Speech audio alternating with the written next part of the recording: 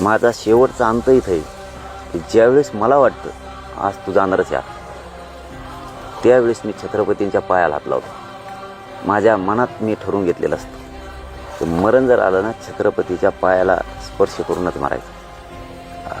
मी हे शब्द तुम्हाला कधी खोटा नाही बोलणार. कारण मी ते जितके जीव घेणे उपोषण केले त्याच्यात मला ते दिसलं काही वेळेस की आता तो नाही राहत. आणि ज्यावेळेस मला असं वाटायचं की मी आता राहत नाही, त्यावेळेस मी छत्रपतीला हात लावायचो. आणि ज्यावेळेस मी पायाला हात लावीन ना, तर एक 3-4 घंटे तरी माझे सहज पोटातली आग बंद होती. हे पटणार नाही आहेत लोकांना.